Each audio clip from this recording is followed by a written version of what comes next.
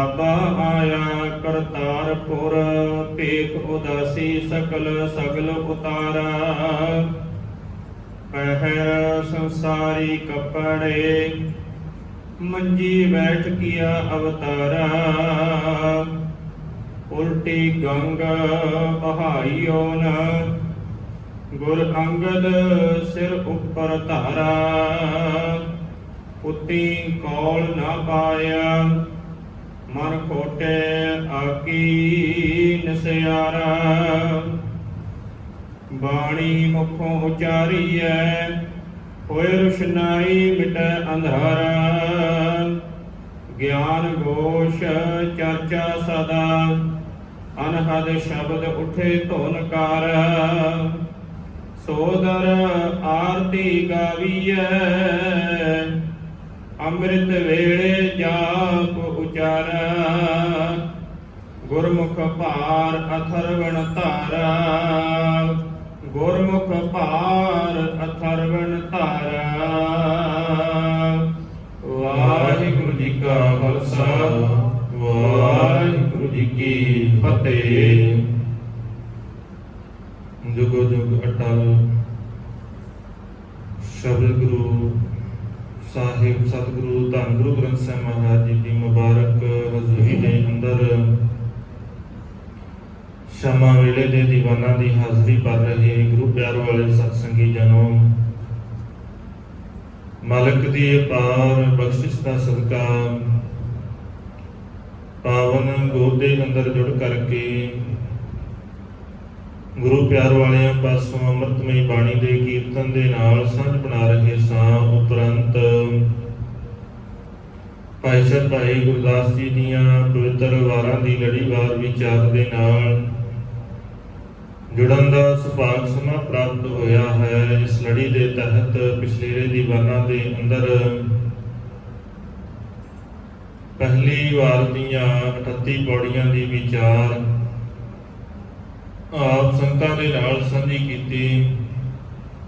अगले 39 नंबर पौड़ी जिसका पाठ आप जी ने सत्कारयोग भाई सरवणा पासों श्रवण किया है, जिसकी विचार आप संतां दे नाल सांझी करनी है। आओ विचारां दी आरंभता तो पहला गुरु चरणों के अंदर हाजरी लवाइए। बड़े प्यार अते अदब सहित आखो जी सतनाम श्री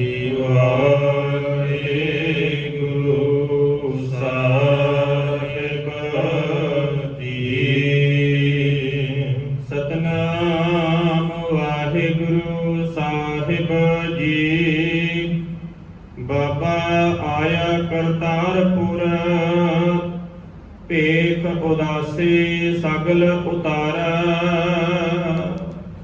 सतगुरु उदासियां तो वापस जो मक्के मदीने हो करके बगदाद तो गुरु नानक साहब महाराज वापस करतारपुर साहब की धरती के उत्ते आए। उत्थे आउण तो बाद जो सतगुरु ने उत्थे दी मर्यादा बनाई, जो उत्थे दे नियम बनाए, उन्हां नियमां नूं भाई गुरदास जी ने अपनी रचनावां दे अंदर दर्ज कीता। सतगुरु गुरु नानक साहब महाराज बगदाद दीआं उदासियां तो बाद वापस आके करतारपुर साहब के अंदर टिके और पहला काम किया भेख उदासी सगल उतारा। जो उदासी वाला भेख सी, पहलों सतगुरु जे हिंदू तीर्थां वल जांदे ने ते भगवे कपड़े जां उदां दा जिहड़ा पहरावा है वो पाया है। इस्लामी तीर्थां वल जांदे ने ते सतगुरु ने नीले कपड़े पाए ने। और जदों सतगुरु करतारपुर साहब आउंदे ने ते उत्थे दे जिहड़े संसारी कपड़े ने, जो आम लुकाई वाले कपड़े ने, खास भेख नहीं कोई पाया होना। ये बात समझण वाली है। असीं अज धर्म सिर्फ ते सिर्फ भेखां दे विच लपेट के रख दिता कि भेख जे है तां फिर ही धर्म है, जे भेख नहीं हैगा ते धर्म नहीं हैगा। सानूं इदां लगदा कि धर्म सिर्फ भेखां दे नाल है। एक ड्रेस है वो जरूरी है, पर धर्म भेखां दा मुहताज नहीं हैगा। जिन्हें ਕੁੜਤਾ ਪਜਾਮਾ ਪਾਇਆ ਹੈ ਉਹੀ ਸਿੱਖ ਹੈ, ਉਹੀ ਗੁਰਬਾਣੀ ਦੀ ਗੱਲ ਕਰ ਸਕਦਾ। ਇਹ ਭੇਖ ਸਤਿਗੁਰੂ ਨੇ ਨਹੀਂ ਸਿਖਾਇਆ। ਹਾਂ, ਜੇ ਅਸੀਂ ਤਾਂ ਪਾਉਂਦੇ ਆ, ਸਾਡਾ ਕੰਮ ਹੀ ਇਹ ਆ, ਸਾਡਾ ਕਿੱਤਾ ਹੀ ਇਹ ਆ, ਤਾਂ ਕਰਕੇ ਅਸੀਂ ਪਾਏ ਆਏ, ਕਿਉਂਕਿ ਸਾਡੀ ਡਰੈਸ ਆਏ। ਹਰੇਕ ਦੀ ਡਰੈਸ ਹੈ ਨਾ ਆਪਣੀ ਆਪਣੀ, ਤੇ ਜ਼ਰੂਰੀ ਨਹੀਂ ਆ ਵੀ ਜੇ ਸਿਰਫ ਕੱਪੜੇ ਪਾਏ ਆ ਤੇ ਫੇਰ ਅਸੀਂ ਗੁਰਬਾਣੀ ਦੀ ਗੱਲ ਕਰ ਸਕਦੇ ਹਾਂ। ਉਹਦਾ ਗੁਰਬਾਣੀ ਦੀ ਗੱਲ ਨਹੀਂ ਕੀਤੀ ਜਾ ਸਕਦੀ। ਇਹ ਭੁਲੇਖਾ ਹੈ ਸਾਡੇ ਅੰਦਰ ਕਿ ਨਾ ਜੀ ਜੇ ਆਹ ਕੱਪੜੇ ਪਾਵਾਂਗੇ ਤੇ ਫੇਰ ਹੀ ਬੈਠ ਸਕਦੇ। ਹਾਂ, ਕੱਪੜੇ ਇਦਾਂ ਦੇ ਹੋਣੇ ਚਾਹੀਦੇ ਆ ਜਿਹੜੇ ਸਾਡੇ ਸਰੀਰ ਨੂੰ ਤੰਗ ਨਾ ਕਰਨ, ਦੂਜਿਆਂ ਦੇ ਮਨ ਦੇ ਅੰਦਰ ਵਿਕਾਰ ਪੈਦਾ ਨਾ ਕਰਨ। ਇਹ ਖਿਆਲ ਰੱਖੀਏ। ਬਾਬਾ ਹੋਰ ਪਹਿਨਣ ਖੁਸ਼ੀ ਕੁਆਰ, ਜਿੱਤ ਪਹਿਨਦੇ ਤਨ ਪੀੜੀਆਂ ਮਨ ਮੈਂ ਚੱਲਿਆ ਵਿਕਾਰ। ਇਦਾਂ ਦਾ ਪਹਿਰਾਵਾ ਨਹੀਂ ਹੋਣਾ ਚਾਹੀਦਾ। ਪਰ ਹੁਣ ਮਨ 'ਚ ਵਿਕਾਰ ਤੇ ਸਾਡੇ ਇਸੇ ਹੀ ਕਰਕੇ ਚੱਲਦਾ ਹੈ ਨਾ ਕਿ ਜੀ ਅਸੀਂ ਧਰਮੀ ਬਾਣਾ ਪਾਇਆ ਹੋਇਆ, ਫਿਰ ਉਹੀ ਬਾਣੇ ਸਾਨੂੰ ਗਲਤ ਪਾਸੇ ਲੈ ਕੇ ਜਾ ਰਿਹਾ, ਕਿਉਂਕਿ ਅਸੀਂ ਗੁਰੂ ਦੇ ਕੋਲੋਂ ਸਿੱਖਿਆ ਨਹੀਂ। ਅਸਲ ਦੇ ਵਿੱਚ ਪਹਿਰਾਵਾ ਇਕੱਲਾ ਪਾਉਣ ਦੇ ਨਾਲ ਕੋਈ ਵੀ ਜਿਹੜੀ ਚੀਜ਼ ਹੈ ਉਹ ਅਸੀਂ ਨਹੀਂ ਸਿੱਖ ਸਕਦੇ। ਕਿ ਡਾਕਟਰ ਸਿਰਫ ਪਹਿਰਾਵੇ ਦੇ ਕਰਕੇ ਹੈ ਕਿ ਜੇ ਉਹਨੇ ਉਹ ਪਹਿਰਾਵਾ ਡਾਕਟਰਾਂ ਵਾਲਾ ਬਣਾਇਆ ਹੈ ਫੇਰ ਹੀ ਉਹ ਡਾਕਟਰੀ ਕਰ ਸਕਦਾ, ਉਦਾਂ ਕਰ ਨਹੀਂ ਸਕਦਾ। ਜਾਂ ਜਿਹੜਾ ਇੰਜੀਨੀਅਰ ਹੈ ਜਾਂ ਵਕੀਲ ਹੈ, ਕਿ ਸਿਰਫ ਹਾਂ ਠੀਕ ਹੈ ਜਦੋਂ ਉਹ ਜੱਜ ਦੇ ਕੋਲ ਜਾਂਦਾ ਹੈ, ਕੋਰਟ ਦੇ ਵਿੱਚ ਜਾਂਦਾ ਹੈ, ਉਹਦਾ ਇੱਕ ਖਾਸ ਪਹਿਰਾਵਾ ਹੈ, ਪਰ ਪਹਿਰਾਵੇ ਦੇ ਕਰਕੇ ਉਹ ਵਕੀਲ ਨਹੀਂ ਆ। ਉਹ ਵਕੀਲ ਹੈਗਾ ਹੈ ਤਾਂ ਉਹਨੇ ਉਹ ਪਹਿਰਾਵਾ ਪਾਇਆ ਹੈ। ਇਸ ਗੱਲ ਨੂੰ ਸਮਝਣਾ ਪਏਗਾ। ਜੇ ਅਸੀਂ ਇਹ ਕਹੀਏ ਕਿ ਪਹਿਰਾਵਾ ਪਾ ਕੇ ਵਕੀਲ ਬਣਦਾ ਹੈ, ਫਿਰ ਗਲਤ ਹੈ। ਪਹਿਰਾਵੇ ਦੇ ਕਰਕੇ ਵਕੀਲ ਨਹੀਂ ਬਣਦਾ। ਉਹ ਵਕੀਲ ਹੈ ਤਾਂ ਉਹਨੇ ਪਹਿਰਾਵਾ ਪਾਇਆ ਹੈ। ਸਾਨੂੰ ਏਦਾਂ ਲੱਗਦਾ ਅਸੀਂ ਪਹਿਰਾਵਾ ਪਾ ਕੇ ਧਰਮੀ ਬਣਦੇ ਆ। ਨਹੀਂ, ਜਦੋਂ ਧਰਮੀ ਬਣ ਜਾਵਾਂਗੇ ਤੇ ਫਿਰ ਸਾਡਾ ਪਹਿਰਾਵਾ ਪਾਇਆ ਕਬੂਲ ਹੈ, ਨਹੀਂ ਤੇ ਫਿਰ ਸਿਰਫ ਦਿਖਾਵੇ ਵਾਲਾ ਭੇਖ ਹੈ, ਇਸ ਤੋਂ ਵੱਧ ਕੁਝ ਵੀ ਨਹੀਂ। ਸਤਿਗੁਰੂ ਤਾਂ ਹੀ ਤਾਂ ਬਾਰ-ਬਾਰ ਕਹਿੰਦੇ ਨੇ ਨਾ ਉਹਨਾਂ ਨੂੰ ਵੀ ਤੁਸੀਂ ਭੇਖੀ ਹੋ ਭਾਈ। ਭੇਖਾਂ ਦੇ ਨਾਲ ਰੱਬ ਨੂੰ ਨਹੀਂ ਪਾਇਆ ਜਾ ਸਕਦਾ, ਕਿਉਂਕਿ ਅੰਦਰ ਧਰਮ ਨਹੀਂ ਹੈਗਾ। ਜ਼ਰੂਰੀ ਹੈ ਅੰਦਰ ਗਿਆਨ ਦਾ ਹੋਣਾ। ਜਦੋਂ ਤੱਕ ਗੁਰਬਾਣੀ ਦਾ ਗਿਆਨ ਨਹੀਂ ਹੈ, ਧਰਮ ਦਾ ਪਤਾ ਹੀ ਨਹੀਂ ਸਾਨੂੰ ਵੀ ਧਰਮ ਹੈ ਕੀ, ਫਿਰ ਪਹਿਰਾਵੇ ਪਾਏ ਸਾਨੂੰ ਗਲਤ ਰਾਹੇ ਲੈ ਕੇ ਜਾਂਦੇ। ਪਹਿਰਾਵਿਆਂ ਨੇ ਸਾਨੂੰ ਬੜੇ ਗਲਤ ਪਾਸੇ ਲੈ ਕੇ ਗਏ ਨੇ, ਇਹਨਾਂ ਨੇ ਗਲਤ ਪਾਸੇ ਖੜਿਆ ਹੈ ਸਾਨੂੰ ਇਦਾਂ ਲੱਗਾ ਵੀ ਜਿਹਨੇ ਇਦਾਂ ਦਾ ਪਹਿਰਾਵਾ ਪਾਇਆ ਹੈ, ਚਿੱਟੇ ਕੱਪੜੇ ਪਾਏ ਨੇ, ਉਹ ਬੜਾ ਵੱਡਾ ਧਰਮੀ ਹੈ, ਤੇ ਜਿਹਨੇ ਨਹੀਂ ਪਾਏ, ਜਿਹਨੇ ਦੂਜੇ ਕੱਪੜੇ ਪਾਏ ਨੇ, ਕੋਈ ਕੋਟ ਪੈਂਟ ਪਾਇਆ ਹੈ ਜੀ, ਉਹਨੂੰ ਕੁਝ ਵੀ ਨਹੀਂ ਹੁੰਦਾ ਹੋ ਸਕਦਾ। ਇਹ ਸਾਡਾ ਸਾਰਿਆਂ ਤੋਂ ਵੱਡਾ ਕਮਜ਼ੋਰੀ ਦਾ ਕਾਰਨ ਸੀ। ਜਦੋਂ ਅਸੀਂ ਕੋਈ ਇਦਾਂ ਦਾ ਕੋਈ ਹੁੰਦਾ ਹੈ ਨਾ ਗਿਆਨ ਵਾਲਾ, ਜਿਹਨੇ ਕੋਟ ਪੈਂਟ ਪਾਇਆ ਹੈ ਜਾਂ ਦੂਜੇ ਕੱਪੜੇ ਪਾਏ ਨੇ, ਉਹ ਕਿਤੇ ਗੱਲ ਕਰਨੀ ਚਾਹੇ ਧਰਮ ਦੀ, ਅਸੀਂ ਸਾਰਿਆਂ ਤੋਂ ਪਹਿਲਾਂ ਕੀ ਕਰਦੇ ਹਾਂ? ਇਹਨੂੰ ਕੱਪੜੇ ਪਾਉਣ ਦਾ ਤੇ ਜੱਜ ਨਹੀਂ ਹੈਗਾ, ਧਰਮ ਦੀਆਂ ਗੱਲਾਂ ਕਰਦਾ ਹੈ, ਇਹਦੇ ਕੋਲ ਤੇ ਅਥਾਰਟੀ ਨਹੀਂ ਹੈਗੀ, ਪਹਿਲਾਂ ਇਹਨੂੰ ਕੀ ਕਰਨਾ ਪਏਗਾ? ਇਦਾਂ ਦੇ ਕੱਪੜੇ ਬਣਾਉਣੇ ਪੈਣਗੇ, ਪਾਉਣੇ ਪੈਣਗੇ, ਫੇਰ ਇਹ ਗੱਲ ਕਰ ਸਕਦਾ। ਅਸੀਂ ਬੜੇ ਵਿਦਵਾਨ ਜਿਹੜੇ ਨੇ ਇਹਨਾਂ ਦੇ ਤਈਓ ਸਾਡੇ ਉਹ ਪਾਸੇ ਹੋ ਗਏ, ਕਿਉਂਕਿ ਅਸੀਂ ਭੇਖਾਂ ਦੇ ਵਿੱਚ ਉਲਝ ਗਏ। ਪਰ ਸਤਿਗੁਰੂ ਨੇ ਸਾਨੂੰ ਕੀ ਸਮਝਾਇਆ? ਭੇਖ ਉਦਾਸੀ ਸਗਲ ਉਤਾਰਾ। ਸਾਰਾ ਜਿਹੜਾ ਭੇਖ ਹੈ ਨਾ ਉਦਾਸੀਆਂ ਵਾਲਾ ਉਤਾਰ ਦਿੱਤਾ ਸਤਿਗੁਰੂ ਨੇ। ਉਹ ਜਿਹੜਾ ਸਾਰਾ ਸਿਸਟਮ ਸੀ ਦੁਨੀਆ ਨੂੰ ਦਿਖਾਇਆ ਕਿ ਕੱਪੜਿਆਂ ਦੇ ਕਰਕੇ ਕੋਈ ਧਰਮੀ ਨਹੀਂ ਹੋ ਸਕਦਾ। ਧਰਮੀ ਹੈ ਤਾਂ ਫਿਰ ਕੱਪੜੇ ਜਿੱਦਾਂ ਦੇ ਮਰਜ਼ੀ ਪਾ ਲਾ, ਉਹ ਸਾਰੇ ਹੀ ਪਰਵਾਨ ਹਨ। ਪਹਿਰ ਸੰਸਾਰੀ ਕੱਪੜੇ, ਮੰਜੀ ਬੈਠ ਕੀਆ ਅਵਤਾਰ। ਹੁਣ ਸਤਿਗੁਰੂ ਨੇ ਸੰਸਾਰੀ ਕੱਪੜੇ ਪਾਏ ਨੇ। ਜਿਹੜਾ ਪਹਿਰਾਵਾ ਸੰਸਾਰ ਪਾਉਂਦਾ ਹੈ, ਜਿਹੜੇ ਲੋਕ ਕਰਤਾਰਪੁਰ ਸਾਹਿਬ ਦੇ ਅੰਦਰ ਰਹਿੰਦੇ ਨੇ, ਜਿੱਦਾਂ ਦੇ ਉਹ ਕੱਪੜੇ ਪਾਉਂਦੇ ਨੇ ਉਸ ਵਕਤ, ਉਦਾਂ ਦੇ ਕੱਪੜੇ ਸਤਿਗੁਰੂ ਨੇ ਪਾਏ ਨੇ, ਕੋਈ ਵੱਖਰਾ ਨਹੀਂ। ਤੇ ਮੈਂ ਜੀ ਤੁਹਾਡੇ ਤੋਂ ਵੱਖਰਾ ਵਾਂ, ਕਿਉਂਕਿ ਦੂਜਿਆਂ ਨੇ ਦੱਸਿਆ ਸੀ ਨਾ ਕਿ ਜੇ ਇਸ ਪੰਥ ਦੇ ਵਿੱਚ ਸ਼ਾਮਲ ਹੋਣਾ ਹੈ ਤੇ ਪਹਿਰਾਵਾ ਇਦਾਂ ਦਾ ਹੋਣਾ ਚਾਹੀਦਾ, ਜੇ ਇਸ ਪੰਥ ਦੇ ਵਿੱਚ ਸ਼ਾਮਲ ਹੋਣਾ ਹੈ ਤੇ ਪਹਿਰਾਵਾ ਇਦਾਂ ਦਾ ਹੋਣਾ ਚਾਹੀਦਾ। ਸਤਿਗੁਰੂ ਕਹਿੰਦੇ ਨਹੀਂ, ਇਹਨਾਂ ਕੱਪੜਿਆਂ ਦਾ ਕੋਈ ਮਸਲਾ ਨਹੀਂ ਹੈ, ਪਹਿਰਾਵਿਆਂ ਦਾ ਕੋਈ ਮਸਲਾ ਨਹੀਂ ਆ। ਪਹਿਰ ਸੰਸਾਰੀ ਕੱਪੜੇ, ਸੰਸਾਰੀ ਜਿਹੜੇ ਬਾਕੀਆਂ ਨੇ ਪਾਏ, ਸੰਸਾਰ ਨੇ ਪਾਏ ਕੱਪੜੇ, ਉਹ ਵੀ ਪਾਏ ਨੇ। ਮੰਜੀ ਬੈਠ ਕੀਆ ਉਤਾਰਾ। ਸਤਿਗੁਰੂ ਹੁਣ ਮੰਜੀ ਦੇ ਉੱਤੇ, ਗੱਦੀ ਦੇ ਉੱਤੇ ਬੈਠਦੇ ਨੇ, ਉੱਥੇ ਹੀ ਬੈਠ ਕੇ ਗੁਰਬਾਣੀ ਦੀ ਗੱਲ ਕਰਦੇ ਹਨ। ਉਲਟੀ ਗੰਗ ਬਹਾਈ ਓਨ, ਗੁਰ ਅੰਗਦ ਸਿਰ ਉੱਪਰ ਧਾਰਾ। ਹੁਣ ਸਤਿਗੁਰੂ ਨੇ ਉਲਟੀ ਗੰਗ ਵਹਾ ਦਿੱਤੀ। ਹੁਣ ਇਹ ਮੁਹਾਵਰਾ ਹੈ। ਹੁਣ ਜੇ ਅਸੀਂ ਇਹਨੂੰ ਸਿਧਾਂਤ ਬਣਾ ਲਈਏ, ਇਸੇ ਨੂੰ ਮੋਹਰ ਲਾਉਣ ਲੱਗ ਪਈਏ, ਸਤਿਗੁਰੂ ਨੇ ਜੀ ਗੰਗਾ ਪੁੱਠੇ ਪਾਸੇ ਨੂੰ ਘੁਮਾ ਦਿੱਤੀ। ਗੰਗਾ ਜਿਹੜੀ ਸੀ ਉਹ ਪਹਿਲਾਂ ਦੂਜੇ ਪਾਸੇ ਨੂੰ ਜਾਂਦੀ ਸੀ, ਹੁਣ ਦੂਜੇ ਪਾਸੇ ਨੂੰ ਜਾਣ ਲੱਗੇ। ਨਹੀਂ, ਇਹ ਮੁਹਾਵਰਾ ਹੈ। ਇਹਨੂੰ ਸਤਿਗੁਰੂ ਨੇ ਅੱਗੇ ਦੱਸਿਆ ਕਿ ਉਲਟੀ ਗੰਗਾ ਹੈ ਕੀ। ਜਿੱਥੇ ਦੁਨੀਆ ਦੇ ਲੋਕ, ਜਿਹੜਾ ਮੁਰਸ਼ਦ ਬਣ ਗਿਆ, ਉਹ ਕਦੇ ਚੇਲਿਆਂ ਦੇ ਅੱਗੇ ਨਹੀਂ ਝੁਕਿਆ। ਇਤਿਹਾਸ ਗਵਾਹ ਹੈ, ਉਹ ਆਪਣੇ ਚੇਲੇ ਦੇ ਅੱਗੇ ਮੱਥਾ ਨਹੀਂ ਟੇਕਦਾ। ਭਾਵੇਂ ਕਿ ਇਹ ਸਿਸਟਮ ਚੱਲਦਾ ਰਿਹਾ ਹੈ ਵੀ ਜਿਹੜਾ ਪਹਿਲੋਂ ਗੱਦੀ ਦੇ ਉੱਤੇ ਬੈਠਾ ਹੈ, ਉਸ ਤੋਂ ਬਾਅਦ ਉਹਦਾ ਚੇਲਾ ਗੱਦੀ ਦੇ ਉੱਤੇ ਬੈਠਦਾ ਰਿਹਾ ਹੈ। ਉਹ ਆਪਣੇ ਹੱਥੀਂ ਵੀ ਬਿਠਾਉਂਦੇ ਰਹੇ ਆ, ਪਰ ਏਦਾਂ ਨਹੀਂ ਹੋਇਆ ਕਿ ਕੋਈ ਮੁਰਸ਼ਦ ਜਿਹੜਾ ਪਹਿਲੋਂ ਸੀ ਉਹ ਆਪਣੇ ਚੇਲੇ ਨੂੰ ਗੱਦੀ ਤੇ ਬਿਠਾਉਣ ਤੋਂ ਬਾਅਦ ਉਹਦੇ ਅੱਗੇ ਮੱਥਾ ਟੇਕ ਦੇਵੇ। ਇੱਥੇ ਆਹ ਉਲਟੀ ਗੰਗਾ ਸੀ। ਉਲਟੀ ਗੰਗ ਵਹਾਏ। ਹੁਣ ਉਲਟੀ ਗੰਗਾ ਵਹਾ ਦਿੱਤੀ ਸਤਿਗੁਰੂ ਨੇ। ਧੰਨ ਗੁਰੂ ਅੰਗਦ ਸਾਹਿਬ ਮਹਾਰਾਜ ਨੂੰ ਜਦੋਂ ਗੁਰਤਾ ਗੱਦੀ ਦੀ ਜ਼ਿੰਮੇਵਾਰੀ ਸੰਭਾਲੀ ਹੈ, ਗੁਰਤਾ ਗੱਦੀ ਦੇ ਉੱਤੇ ਸਤਿਗੁਰੂ ਗੁਰੂ ਅੰਗਦ ਸਾਹਿਬ ਮਹਾਰਾਜ ਬੈਠਦੇ ਨੇ। ਗੁਰੂ ਨਾਨਕ ਸਾਹਿਬ ਮਹਾਰਾਜ ਉਸੇ ਦਿਨ ਤੋਂ ਸੰਗਤ ਦੇ ਵਿੱਚ ਬੈਠਣ ਲੱਗ ਗਏ। ਜਿੱਦਾਂ ਸੰਗਤ ਆ ਕੇ ਗੁਰੂ ਅੰਗਦ ਸਾਹਿਬ ਮਹਾਰਾਜ ਦੇ ਅੱਗੇ ਝੁਕਦੀ ਹੈ, ਉਦਾਂ ਹੀ ਗੁਰੂ ਨਾਨਕ ਸਾਹਿਬ ਮਹਾਰਾਜ ਵੀ ਆ ਕੇ ਮੱਥਾ ਟੇਕਦੇ ਹਨ। ਬੁੱਧੀ ਕਉ ਨਾ ਪਾਇਆ, ਮਨ ਖੋਟੇ ਆਕੀ ਨਿਸਿਆਰਾ। ਤੇ ਸਤਿਗੁਰੂ ਦੇ ਆਪਣੇ ਪੁੱਤਰ, ਉਹਨਾਂ ਨੇ ਗੁਰੂ ਦਾ ਬਚਨ ਨਹੀਂ ਮੰਨਿਆ।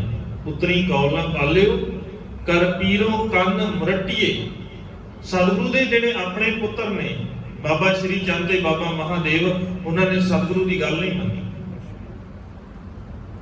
ਉਹ ਸਤਿਗੁਰੂ ਦੀ ਗੱਲ ਨੂੰ ਦੂਜੇ ਪਾਸੇ ਨੂੰ ਵੀ ਮੰਨਦੇ ਹੀ ਨਹੀਂ। ਹੋ ਬਾਬਾ ਸ਼੍ਰੀ ਚੰਦ ਤੇ ਬਾਬਾ ਲਖਮੀ ਚੰਦ ਦੋਵੇਂ ਨਹੀਂ ਮੰਨਦੇ ਗੱਲ ਕਿ ਕੌਣ ਹੈ, ਕਿਹੜੀ ਤੂੰ ਗੱਲ ਕਰਦਾ ਹੈ। ਉਹਨਾਂ ਨੂੰ ਏਦਾਂ ਲੱਗਦਾ ਹੈ ਸਾਡਾ ਬਾਪ ਹੈ ਸਿਰਫ, ਉਹਨਾਂ ਨੇ ਪਿਤਾ ਹੀ ਮੰਨਿਆ ਹੋਇਆ। ਉਹਨਾਂ ਨੇ ਗੱਲ ਮੰਨੀ ਨਹੀਂ ਹੈ ਕਿ ਇਹ ਉਹ ਹੈ ਜਿਹੜਾ ਲੋਕਾਈ ਨੂੰ ਤਰ ਕੇ ਆਇਆ।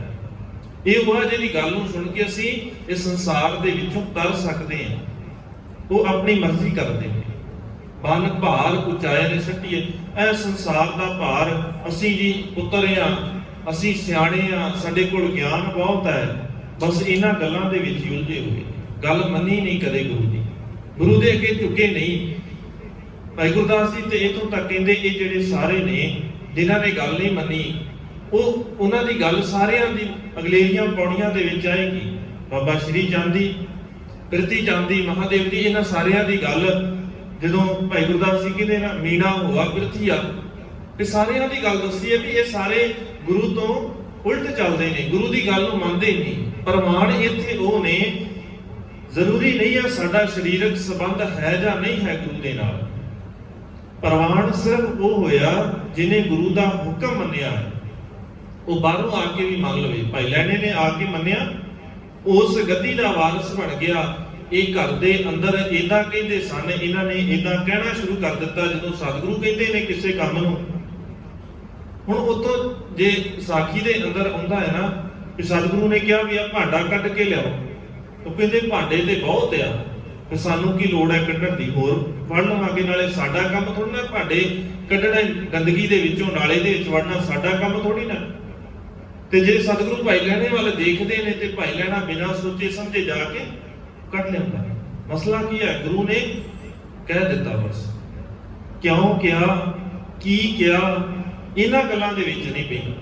ਜਿਹੜਾ ਗੁਰੂ ਦਾ ਸਿੱਖ ਹੈ ਨਾ, ਫਿਰ ਉਹ ਸਤਿਗੁਰੂ ਦੇ ਕੀਤੇ ਹੋਏ ਹੁਕਮ ਦੇ ਉੱਤੇ ਇਹ ਨਹੀਂ ਵੀ ਕੌਣ ਕੀ ਕਹਿ ਰਿਹਾ ਹੈ, ਜੇ ਮੈਂ ਇਦਾਂ ਕੀਤਾ ਤੇ ਲੋਕ ਕੀ ਕਹਿਣਗੇ, ਕੋਈ ਫਰਕ ਨਹੀਂ ਪੈਂਦਾ। ਸਤਿਗੁਰੂ ਆਉਂਦੇ ਨੇ, ਜਦੋਂ ਖੇਤੀ ਕਰਦਿਆਂ ਹੋਇਆਂ ਭਾਈ ਲਹਿਣਾ ਜੀ ਕੋਲ ਆਉਂਦੇ ਨੇ, ਮਾਲਕ ਨੇ ਉਸੇ ਵੇਲੇ ਕਿਹਾ, ਗੁਰੂ ਨਾਨਕ ਸਾਹਿਬ ਮਹਾਰਾਜ ਨਦੀਨ ਪੁੱਟਦੇ ਨੇ ਘਾਹ ਜਿਹੜਾ ਫਾਲਤੂ ਹੈ। ਸਤਿਗੁਰੂ ਕਹਿੰਦੇ ਭਾਈ ਲਹਿਣਿਆ ਆ ਜਾ, ਆ ਨਦੀਨ ਪੁੱਟ ਸਾਡੇ ਨਾਲ, ਇੱਥੇ ਬੈਠ। ਹੁਣ ਜੇ ਸਾਡੇ ਵਰਗਾ ਹੋਵੇ ਤੇ ਅਸੀਂ ਨਾ ਕਹੀਏ ਸਾਡੇ ਜੀ ਕੱਪੜੇ ਲਿਬੜ ਜਾਣੇ ਆ। ਭਾਈ ਲਹਿਣਾ ਚੰਗੀ ਦੁਕਾਨਦਾਰੀ ਹੈ, ਮਾੜੇ ਕੱਪੜੇ ਨਹੀਂ ਸੀ ਪਾ ਕੇ ਆਇਆ, ਵਧੀਆ ਕੱਪੜੇ ਪਾ ਕੇ ਆਉਂਦਾ। ਸਤਿਗੁਰੂ ਦੇ ਨਾਲ ਉਦਾਂ ਹੀ ਘਾਹ ਪੁੱਟਣ ਲੱਗ ਜਾਂਦਾ ਹੈ। ਅਸੀਂ ਤੇ ਜਦੋਂ ਲੰਗਰ ਹੋਵੇ ਨਾ ਕਿਤੇ, ਆਪਣਾ ਥਾਲ ਵੀ ਰੱਖ ਜਾਂਦੇ ਆ, ਸਾਡੇ ਕੱਪੜਿਆਂ ਤੇ ਸਿੱਟੇ ਪੈ ਜਾਂਦੇ ਆ। ਸਾਡੀ ਇੰਨੀ ਮਤਨੀ ਆਪਣਾ ਹੀ ਥਾਲ ਮਾਂਜ ਕੇ ਚਲੇ ਜਾਈਏ, ਅਸੀਂ ਉਹਦਾ ਕਿੰਨੇ ਸੇਵਾ ਕਰਨੀ ਹੈ, ਸੇਵਾ ਸਾਡੀ ਥਾਏ ਪੈ ਜਾਵੇ। ਪਰ ਜਦੋਂ ਇਦਾਂ ਦੇ ਖਿਆਲ ਸਾਡੇ ਅੰਦਰ ਆ ਗਏ, ਕਿ ਜੀ ਮੈਂ ਥਾਲ ਜੇ ਮਾਂਜਣ ਲੱਗ ਗਿਆ ਤੇ ਮੇਰੇ ਉੱਤੇ ਗੰਦਾ ਪਾਣੀ ਪੈ ਜਾਏਗਾ, ਮੇਰੇ ਉੱਤੇ ਛਿੱਟੇ ਪੈ ਜਾਣਗੇ, ਮੇਰੇ ਮਹਿੰਗੇ ਕੱਪੜੇ ਖਰਾਬ ਹੋ ਜਾਣਗੇ। ਇਦਾਂ ਹੀ ਲੱਗਦਾ ਹੈ। ਭਾਈ ਲੈਣੇ ਦੇ ਬੜੇ ਮਹਿੰਗੇ ਕੱਪੜੇ ਹੁੰਦੇ ਸਨ। ਤੇ ਇੱਥੋਂ ਤੱਕ ਨਹੀਂ, ਫਿਰ ਜਦੋਂ ਨਦੀਨ ਪੁੱਟਿਆ ਗਿਆ, ਪੰਡਾਂ ਬੰਨੀਆਂ ਤੇ ਪੰਡ ਸਤਿਗੁਰੂ ਨੇ ਜਿੱਥੇ ਆਪਣੇ ਸਿਰ ਤੇ ਰੱਖਣੀ ਸੀ ਉੱਥੇ ਭਾਈ ਲੈਣੇ ਨੂੰ ਕਿਹਾ ਭਾਈ ਚੁੱਪ ਹੁਣ, ਇਹ ਵੀ ਖੜਨੀ ਹੈ। ਪਾਣੀ ਚੋਰਿਆ, ਮਿੱਟੀ ਡਿੱਗਦੀ ਹੈ। ਭਾਈ ਲੈਣਾ ਇਹ ਨਹੀਂ ਕਹਿੰਦਾ ਸਤਿਗੁਰੂ ਮੈਨੂੰ ਤੇ ਪਤਾ ਹੀ ਨਹੀਂ ਪੁੱਟਣਾ ਕੀ ਆ, ਮੈਨੂੰ ਤੇ ਪਤਾ ਹੀ ਨਹੀਂ ਵੀ ਇਹ ਕਰਨਾ ਕਿਵੇਂ, ਮੈਂ ਤੇ ਕਦੇ ਖੇਤ 'ਚ ਵੜਿਆ ਹੀ ਨਹੀਂ, ਮੇਰਾ ਤੇ ਕੰਮ ਹੀ ਨਹੀਂ ਹੈ, ਮੈਂ ਤੇ ਵੈਸ ਜਾਤੀ ਦੇ ਨਾਲ ਸੰਬੰਧਤ ਹਾਂ। ਪਹਿਲੀ ਗੱਲ ਜੇ ਕਰੀਏ ਤੇ ਫਿਰ ਤੇ ਮੈਂ ਸਤਿਗੁਰੂ ਇਹ ਕੰਮ ਹੀ ਨਹੀਂ ਕੀਤਾ, ਮੈਨੂੰ ਤੇ ਪਤਾ ਹੀ ਨਹੀਂ, ਇਹ ਕੰਮ ਤੇ ਤੁਹਾਡਾ ਹੈ, ਮੇਰਾ ਥੋੜੀ ਨਾ। ਹੁਣ ਸਤਿਗੁਰੂ ਵੀ ਤੇ ਕਹਿ ਸਕਦੇ ਸਨ, ਪਰ ਨਹੀਂ। ਉਹ ਤੇ ਗੱਲ ਹੈ ਕਿ ਜੋ ਗੁਰੂ ਨੇ ਕਿਹਾ ਹੈ, ਜੋ ਗੁਰ ਕਹੈ ਸੋਈ ਭਲ ਮੰਨ। ਕਿਉਂ ਕਿਹਾ ਹੈ, ਕੀ ਕਿਹਾ ਹੈ, ਜਦੋਂ ਤੱਕ ਸਾਡੇ ਅੰਦਰ ਇਹ ਕਿਉਂ ਚੱਲਦਾ ਹੈ ਨਾ, ਕਿ ਗੁਰੂ ਨੇ ਕਿਉਂ ਕਿਹਾ, ਇਹ ਛੱਡਣਾ ਪਏਗਾ ਵੀ ਜੀ ਗੱਲ ਮੰਨਣੀ ਚਾਹੀਦੀ ਹੈ ਜਾਂ ਨਹੀਂ ਮੰਨਣੀ ਚਾਹੀਦੀ, ਇਹ ਹੁਕਮ ਠੀਕ ਹੈ ਜਾਂ ਗਲਤ ਹੈ, ਅੱਜ ਲਾਗੂ ਹੁੰਦਾ ਹੈ ਜਾਂ ਨਹੀਂ ਹੁੰਦਾ ਹੈ, ਇਹਨਾਂ ਗੱਲਾਂ ਨੂੰ ਛੱਡਣਾ ਪਏਗਾ। ਜੇ ਗੁਰੂ ਦੇ ਦਰ ਦੇ ਉੱਤੇ ਹੁਕਮ ਮੰਨਿਆ ਹੋਵੇ ਪ੍ਰਮਾਣ, ਤਾਂ ਖਸਮੈ ਕਾ ਮਹਿਲ ਪਏ ਸੀ। ਪ੍ਰਮਾਣ ਤਾਂ ਹੋਇਆ ਭਾਈ ਲੈਣਾ ਜੇ ਉਹਨੇ ਗੁਰੂ ਦੀ ਗੱਲ ਨੂੰ ਮੰਨਿਆ। ਤੇ ਸ਼੍ਰੀ ਚੰਦ ਤਾਂ ਪ੍ਰਵਾਨ ਨਹੀਂ ਹੋਇਆ ਕਿਉਂਕਿ ਉਹਨੇ ਆਪਣੀ ਮਰਜ਼ੀ ਕੀਤੀ ਹੈ, ਤੇ ਆਪਣੀਆਂ ਮਰਜ਼ੀਆਂ ਕਰਨ ਵਾਲੇ ਇੱਥੇ ਪ੍ਰਵਾਨ ਨਹੀਂ ਆ। ਮੈਂ ਅੱਗੇ ਵੀ ਬੇਨਤੀ ਕੀਤੀ ਸੀ, ਜਦੋਂ ਸਿੱਖ ਰਹਿਤ ਮਰਿਆਦਾ ਨੂੰ ਪੜ੍ਹੀਏ ਨਾ, ਉਹਦੇ ਅੰਦਰ ਸਾਡੀ ਰਹਿਣੀ ਦੀ ਗੱਲ ਆਉਂਦੀ ਹੈ, ਤੇ ਰਹਿਣੀ ਦੋ ਪ੍ਰਕਾਰ ਦੀ ਲਿਖੀ ਹੈ, ਇੱਕ ਸ਼ਖਸੀ ਰਹਿਣੀ ਤੇ ਇੱਕ ਪੰਥਕ ਰਹਿਣੀ। ਹੈਰਾਨੀ ਹੁੰਦੀ ਹੈ, ਪੰਥਕ ਰਹਿਣੀ ਤੇ ਸਾਨੂੰ ਪੰਥ ਦੱਸੇਗਾ, ਪਰ ਸਾਡੀ ਸ਼ਖਸੀ ਰਹਿਣੀ ਜੋ ਅਸੀਂ ਇੰਡੀਵਿਜੂਅਲੀ ਕਰਨਾ ਹੈ, ਕਈ ਵਾਰ ਕਹਿੰਦੇ ਨਾ ਸਾਡੀ ਮਰਜ਼ੀ ਹੈ ਜੀ, ਸਾਡੀ ਮਰਜ਼ੀ ਅਸੀਂ ਆ ਕਰਾਂਗੇ। ਨਹੀਂ, ਜਿੱਥੇ ਧਰਮ ਦੀ ਗੱਲ ਆਏਗੀ ਫਿਰ ਉੱਥੇ ਸਾਡੀ ਆਪਣੀ ਮਰਜ਼ੀ ਨਹੀਂ ਚੱਲਦੀ। ਸਾਡੀ ਸ਼ਖਸੀ ਰਹਿਣੀ ਵੀ ਪਹਿਲੋਂ ਤੋਂ ਨੀਅਤ ਹੈ, ਜੇ ਗੁਰੂ ਚਰਨਾਂ 'ਚ ਪ੍ਰਵਾਨ ਹੋਣਾ ਹੈ ਤੇ ਉਹ ਸ਼ਖਸੀ ਰਹਿਣੀ ਜਿਹੜੀ ਹੈ ਨਾ, ਜਿਹੜੀ ਪਰਸਨਲ ਲਾਈਫ ਕਹਿੰਦੇ ਅਸੀਂ ਆਪਣੀ, ਉਹ ਪਰਸਨਲ ਲਾਈਫ ਵੀ ਗੁਰੂ ਦੇ ਕੋਲੋਂ ਸਿੱਖ ਕੇ ਜੀਣੀ ਪਏਗੀ। ਉਹ ਪੰਥ ਨੇ ਬਣਾਈ ਹੋਈ ਹੈ, ਉਦਾਂ ਹੀ ਜੀਣਾ ਪਏਗਾ। ਇਹ ਨਹੀਂ ਵੀ ਅਸੀਂ ਆਪਣੀ ਮਰਜ਼ੀ ਦੇ ਨਾਲ ਜੋ ਜੀ ਕਰਦਾ ਹੈ ਕਰਾਂਗੇ ਜੀ। ਸਾਡੀ ਪਰਸਨਲ ਲਾਈਫ ਹੈ, ਸਾਨੂੰ ਤੁਸੀਂ ਕੌਣ ਹੁੰਦੇ ਹੋ ਟੋਕਣ ਵਾਲੇ? ਨਹੀਂ, ਸਾਡੀ ਪਰਸਨਲ ਲਾਈਫ ਹੋਰ ਬੜਾ ਕੁਝ ਹੈ ਜਿਹੜਾ ਸਾਡਾ ਪਰਸਨਲ ਹੈ, ਪਰ ਉਹ ਪਰਸਨਲ ਵੀ ਇੱਕ ਦਾਇਰੇ 'ਚ ਹੈ। ਅਸੀਂ ਅਕਸਰ ਕਹਿੰਦੇ ਆ ਕਿ ਸਾਨੂੰ ਜੀ ਆਜ਼ਾਦੀ ਚਾਹੀਦੀ ਹੈ। ਆਜ਼ਾਦੀ ਅਸਲ 'ਚ ਹੈ ਕਿ ਸਾਡੀ ਮਾਨਸਿਕ ਆਜ਼ਾਦੀ ਹੋਣੀ ਚਾਹੀਦੀ ਹੈ, ਪਰ ਉਹਦੇ ਵਾਸਤੇ ਇੱਕ ਨਿਯਮ ਹੈ, ਸ਼ਰਤ ਆਜ਼ਾਦੀ ਹੈ। आजादी की पाबंदियां है, जो इनका पाबंद है वो असल में आजाद है। नियम है, जेड़ा नियमां दे विच रहेगा वो आजाद है, जेड़ा नियमां तो बाहर जाएगा फिर वो पाबंद है। वो फिर ਉਹਨੂੰ ਫਿਰ ਸਜ਼ਾ ਮਿਲੇਗੀ। ਤੇ ਜੇ ਪੰਥ ਦੀ ਮਰਿਆਦਾ ਤੋਂ ਬਾਹਰ ਜਾਂਦੇ ਆ ਫਿਰ ਸਾਡੀ ਸ਼ਖਸੀ ਰਹਿਣੀ, ਉੱਥੇ ਵੀ ਸ਼ਖਸੀ ਰਹਿਣੀ ਜਿਹੜੀ ਹੈ ਸਾਡੀ ਆਪਣੀ ਮਰਜ਼ੀ ਦੇ ਨਾਲ ਨਹੀਂ ਚੱਲ ਸਕਦੀ। ਉਹ ਵੀ ਗੁਰੂ ਦੇ ਕੋਲੋਂ ਸਿੱਖ ਕੇ ਮਰਿਆਦਾ ਦੇ ਜੋ ਅਨੁਸਾਰ ਹੈ ਉਹੀ ਸਾਡੀ ਹੈ। ਪਰ ਸ਼੍ਰੀ ਚੰਦ ਕਹਿੰਦਾ ਸੀ ਨਾ, ਮੈਂ ਆਪਣੀ ਮਰਜ਼ੀ ਕਰੂੰਗਾ, ਜੋ ਮੇਰਾ ਜੀ ਕਰਦਾ ਹੈ ਮੈਂ ਉਹੀ ਕਰੂੰਗਾ। ਸਤਿਗੁਰੂ ਕਹਿੰਦੇ ਨਹੀਂ, ਫਿਰ ਤੂੰ ਸਾਡੇ ਵੱਲੋਂ ਵੱਖਰਾ ਹੋ ਜਾ, ਸਾਡੇ ਨਾਲ ਨਹੀਂ। ਭਾਈ ਗੁਰਦਾਸ ਜੀ ਕਹਿੰਦੇ ਨਾ, ਨਸਿਆਰਾ ਉਹ ਨੱਸਦਾ ਹੈ ਸਿਧਾਂਤਾਂ ਤੋਂ, ਗੁਰੂ ਦੀ ਗੱਲ ਤੋਂ ਮੂੰਹ ਮੋੜਦਾ ਹੈ। ਤੇ ਜੇ ਅਸੀਂ ਗੁਰੂ ਦੀ ਗੱਲ ਨਹੀਂ ਮੰਨਦੇ, ਉਤਰੀ ਕੌਲ ਨਾ ਪਾਲਿਓ, ਜੇ ਅਸੀਂ ਕੌਲ ਨਹੀਂ ਪਾਲਾਂਗੇ ਤੇ ਫਿਰ ਅਸੀਂ ਵੀ ਖੋਟੇ ਹੀ ਆ। ਫਿਰ ਅਸੀਂ ਵੀ ਤੇ ਗੁਰੂ ਨੂੰ ਪਿੱਠ ਦਿਖਾ ਰਹੇ ਆ। ਜਦੋਂ ਤੱਕ ਗੁਰੂ ਦੀ ਗੱਲ ਨੂੰ ਮੰਨ ਕੇ ਗੁਰੂ ਦੇ ਸਨਮੁਖ ਨਹੀਂ ਹੁੰਦੇ, ਉਦੋਂ ਤੱਕ ਪ੍ਰਮਾਣ ਨਹੀਂ ਹੋ ਸਕਦੇ। ਬਾਣੀ ਮੁਖੋਂ ਉਚਾਰੀ ਐ, ਹੋਏ ਰੁਸ਼ਨਾਈ ਮਿਟੈ ਅੰਧਾਰਾ। ਸਤਿਗੁਰੂ ਉੱਥੇ ਮੰਜੀ ਦੇ ਉੱਤੇ ਬੈਠ ਕੇ ਕਰਤਾਰਪੁਰ ਸਾਹਿਬ ਦੇ ਅੰਦਰ ਜਿੱਥੇ ਕਿਰਤ ਕਰਦੇ ਨੇ, ਉੱਥੇ ਦੋਵੇਂ ਵੇਲੇ ਦੀਵਾਨ ਸਾਜਦਾ ਹੈ। ਮਾਲਕ ਰੱਬ ਜੀ ਦੀਆਂ ਗੱਲਾਂ ਕਰਦੇ ਨੇ, ਉਸ ਅਕਾਲ ਪੁਰਖ ਬਾਣੀ, ਅਕਾਲ ਪੁਰਖ ਵਾਹਿਗੁਰੂ ਦੀ ਬਾਣੀ ਨੂੰ ਉਚਾਰਦੇ ਨੇ, ਸੰਗਤਾਂ ਨੂੰ ਉਪਦੇਸ਼ ਦਿੰਦੇ ਹਨ। ਗਿਆਨ ਗੋਸ਼ ਚਰਚਾ ਸਦਾ, ਅਨਹਦ ਸ਼ਬਦ ਉਠੇ ਧੁਨਕਾਰਾ। ਹੁਣ ਉੱਥੇ ਹਮੇਸ਼ਾ ਗਿਆਨ ਦੀ ਗੋਸ਼ਟ ਹੁੰਦੀ ਹੈ। ਉੱਥੇ ਸਾਰੇ ਹੀ ਗੱਲ ਕਰਦੇ ਨੇ, ਜਦੋਂ ਵੀ ਗੱਲ ਕਰਦੇ ਨੇ ਉਹ ਗੁਰੂ ਨਾਨਕ ਦੀ, ਜਿਹੜਾ ਗੱਲ ਕਰਦਾ ਹੈ ਉਹ ਅਕਾਲ ਪੁਰਖ ਵਾਹਿਗੁਰੂ ਦੀ। ਹੁਣ ਉੱਥੇ ਆਪਣੀਆਂ ਗੱਲਾਂ ਮੁੱਕਣ ਲੱਗ ਗਈਆਂ, ਗਿਆਨ ਗੋਸ਼ਟੀਆਂ ਹੋਣ ਲੱਗ ਗਈਆਂ। ਜਿਹੜਾ ਸੁਣਦਾ ਹੈ ਵੀ ਇੱਥੇ ਕੋਈ ਰੱਬ ਦੀ ਗੱਲ ਕਰਨ ਵਾਲਾ ਹੈ, ਜਿਹੜੀਆਂ ਸੰਤ ਮੰਡਲੀਆਂ ਇਧਰੋਂ ਉਧਰੋਂ ਆਉਂਦੀਆਂ ਸਨ, ਉਹ ਸਾਰੇ ਹੀ ਹੁਣ ਉੱਥੇ ਆ ਕੇ ਕਰਤਾਰਪੁਰ ਸਾਹਿਬ ਦੇ ਅੰਦਰ ਟਿਕਣ ਲੱਗ ਗਏ। ਰੱਬ ਜੀ ਦੀਆਂ ਗੱਲਾਂ ਉੱਥੇ ਹੋਣ ਲੱਗ ਗਈਆਂ। ਹਮੇਸ਼ਾ ਗਿਆਨ ਗੋਸ਼ਟੀਆਂ ਹੁੰਦੀਆਂ ਹਨ। ਸੋਦਰ ਆਰਤੀ ਗਾਵੀਐ, ਅੰਮ੍ਰਿਤ ਵੇਲੇ ਜਾਪ ਉਚਾਰਾ। ਅੰਮ੍ਰਿਤ ਵੇਲੇ ਜਾਪ ਹੁੰਦਾ ਹੈ, ਪਾਵਨ ਬਾਣੀ ਦਾ ਜਾਪ, ਪਾਵਨ ਬਾਣੀ ਨੂੰ ਗਾਇਆ ਜਾਂਦਾ ਹੈ। ਉੱਥੇ ਹਰੇਕ ਉੱਥੇ ਜਿਹੜਾ ਸਤਿਗੁਰੂ ਦੇ ਅੱਗੇ ਚੁਗਣ ਲੱਗ ਗਿਆ, ਗੁਰੂ ਦੇ ਸਨਮੁਖ ਹੋ ਗਿਆ, ਜਿਹੜਾ ਗੁਰੂ ਦੇ ਹੁਕਮ ਦੇ ਵਿੱਚ ਚੱਲਣ ਲੱਗ ਗਿਆ, ਉਹ ਅੰਮ੍ਰਿਤ ਵੇਲੇ ਬਾਣੀ ਨੂੰ ਪੜ੍ਹਦਾ ਹੈ। ਸ਼ਾਮ ਨੂੰ ਸੋਦਰ ਆਰਤੀ ਗਾਵੀ ਹੈ, ਸ਼ਾਮ ਦੇ ਸਮੇਂ ਸੋਦਰ ਦੀ ਪਾਵਨ ਬਾਣੀ ਉਹ ਗਾਈ ਜਾਂਦੀ ਹੈ। ਸਤਿਗੁਰੂ ਦੇ ਵਕਤ ਜਿਹੜੇ 5 ਸ਼ਬਦ ਅਸੀਂ ਪਹਿਲੇ ਪੜ੍ਹਦੇ ਹਾਂ ਸੋਦਰ ਵਾਲੇ, ਉਹ 5 ਸ਼ਬਦਾਂ ਦਾ ਗਾਇਨ ਹੁੰਦਾ ਹੈ। ਨਾਲ ਆਰਤੀ ਦੇ ਜਿਹੜੇ ਸ਼ਬਦ ਨੇ ਸਤਿਗੁਰੂ ਦੇ, ਉਹ ਗਾਇਨ ਕੀਤੇ ਜਾਂਦੇ ਹਨ। ਗੁਰਮੁਖ ਭਾਰ ਅਥਰਵਣ ਧਾਰਾ। ਹੁਣ ਸਤਿਗੁਰੂ ਨੇ ਉੱਥੇ ਕੀਤਾ ਕੀ ਹੈ? ਜਿਹੜੇ ਗੁਰੂ ਦੇ ਸਨਮੁਖ ਹੋ ਗਏ, ਕਿਉਂਕਿ ਮੰਨਿਆ ਜਾਂਦਾ ਸੀ ਨਾ ਵੀ ਕਲਯੁਗ ਦੇ ਅੰਦਰ ਜੋ ਵੀ ਹੋਣਾ ਹੈ ਉਹ ਅਥਰਵਣ ਵੇਦ ਦੇ ਅਨੁਸਾਰ ਹੀ ਹੋਵੇਗਾ। ਜੋ ਅਥਰਵਣ ਵੇਦ ਦੇ ਨਿਯਮ ਨੇ ਉਹਨਾਂ ਦੇ ਅਨੁਸਾਰ ਹੀ ਦੁਨੀਆ ਦੇ ਲੋਕ ਜਿਹੜੇ ਨੇ, ਸਨਾਤਨੀ ਮਤ ਦੇ ਲੋਕ ਕਹਿੰਦੇ ਸਨ ਵੀ ਕਲਯੁਗ ਚੋਂ ਤਰਨਾ ਹੈ, ਫਿਰ ਇਹ ਮੰਨਣਾ ਪਏਗਾ। ਸਤਿਗੁਰੂ ਨੇ ਉਹ ਜਿਹੜਾ ਅਥਰਵਣ ਵੇਦ ਦੇ ਕਰਮ ਕਾਂਡਾਂ ਦਾ ਭਾਰ ਸੀ ਸਾਡੇ ਸਿਰ ਤੋਂ ਲਾਹਿਆ ਹੈ, ਸਾਡਾ ਲੱਥਿਆ ਹੈ। ਕਦੇ ਅੰਦਰ ਸਵਾਲ ਕਰਕੇ ਦੇਖੀਏ ਆਪਣੇ ਆਪ ਨੂੰ, ਸਾਡਾ ਉਹ ਭਾਰ ਲੱਥ ਗਿਆ, ਅਸੀਂ ਉਹ ਅਥਰਵਣ ਵੇਦ ਦੇ ਕਰਮ ਕਾਂਡਾਂ ਵਾਲਾ ਭਾਰ ਲਾਤਾ ਹੈ। ਕਦੇ ਸੋਚ ਕੇ ਦੇਖੀਏ, ਕਦੇ ਦੇਖੀਏ ਨਾ ਵੀ ਗੁਰੂ ਦੀ ਬਾਣੀ ਨੇ ਕੀ ਕਿਹਾ ਤੇ ਅਸੀਂ ਕੀ ਕਰਦੇ ਹਾਂ।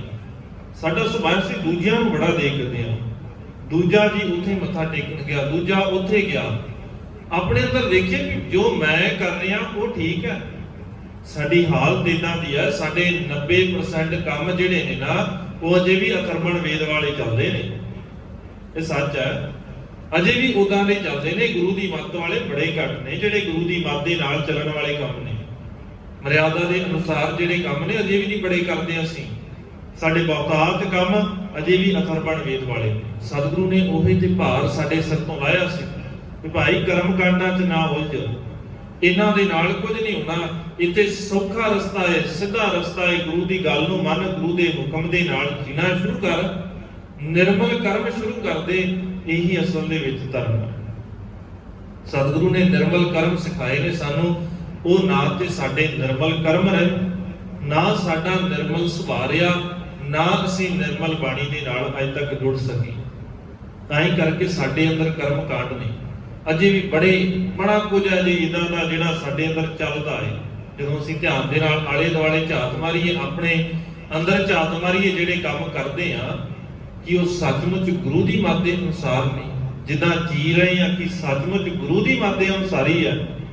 ਜਦੋਂ ਖਿਆਲ ਕਰਾਂਗੇ ਫਿਰ ਪਤਾ ਲੱਗੇਗਾ ਕਿ ਬੜੇ ਕੰਮ ਇਦਾਂ ਦੇ ਨੇ ਅਜੇ ਜਿਹੜੇ ਅਜੇ ਗੁਰੂ ਦੀ ਮੱਤ ਤੋਂ ਕੋਹਾਂ ਦੂਰ ਹੈ। ਜੋ ਗੁਰੂ ਨੇ ਦੱਸਿਆ ਉਸ ਗੱਲ ਨੂੰ ਮੰਨਦੇ ਨਹੀਂ। ਸਤਿਗੁਰੂ ਸਮੱਤ ਬਖਸ਼ਣ, ਦਇਆ ਕਰਨ, ਸਾਡੀ ਜ਼ਿੰਦਗੀ ਦੇ ਅੰਦਰ ਸਿਧਾਂਤ ਗੁਰੂ ਦੇ ਦੱਸੇ ਅਨੁਸਾਰ ਜੀਣ ਦੀ ਜਾਚ ਬਖਸ਼ ਦੇਣ। ਕਰਮ ਕਾਂਡਾਂ ਵਾਲਾ ਸੁਭਾਅ ਜਿਹੜਾ ਅਜੇ ਵੀ ਸਾਡੀ ਜ਼ਿੰਦਗੀ ਦੇ ਅੰਦਰ ਹੈ ਉਹ ਨਿਕਲ ਜਾਵੇ। ਗੁਰੂ ਦੀ ਮੱਤ ਦੇ ਨਾਲ ਸਾਦਾ ਜੀਵਨ ਜਿਵੇਂ ਗੁਰੂ ਨੇ ਦੱਸਿਆ ਉਦਾਂ ਦਾ ਜੀਣਾ ਸ਼ੁਰੂ ਕਰ ਦਈਏ। ਵਿਚਾਰਾਂ ਕਰਦਿਆਂ ਹੋਈਆਂ ਬੇਅੰਤ ਭੁੱਲਾਂ ਦੀ ਖਿਮਾ, ਬੁਲਾਓ ਜੀ ਫਤਿਹ, ਆਖੋ ਜੀ ਵਾਹਿਗੁਰੂ ਜੀ ਕਾ ਖਾਲਸਾ, ਵਾਹਿਗੁਰੂ ਜੀ ਕੀ ਫਤਿਹ।